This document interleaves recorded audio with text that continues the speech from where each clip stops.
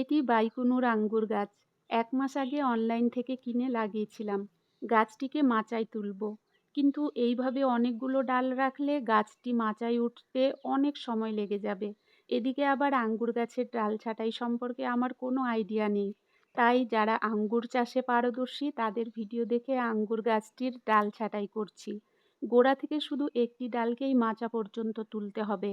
গোড়ায় অনেক ডাল হলে যে ডালটি বেশি সতেজ মনে হবে সেটিকে রেখে বাকিগুলোকে কেটে দিতে হবে। আমার গাছটিতে ৩টি ডালই সতেজ আছে। তারপরেও দয়া মায়া ভুলে নাকি কাটতেই হবে।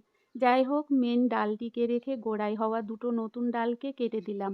আঙ্গুর গাছের যেহেতু সাপোর্টের দরকার হয়, তাই একটি লাঠি বসিয়ে গাছটিকে সোজা করে বেঁধে দিলাম।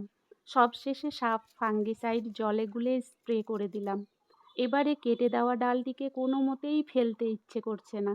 আর ডালটির গোড়ায় আবার শেকড়ও বের হচ্ছে ছোট ছোট। তাই ডালটিকে একটি ছোট টবে বসিয়ে ফাঙ্গিসাইড গোলা জল দিয়ে দিলাম। দেখি কি হয়।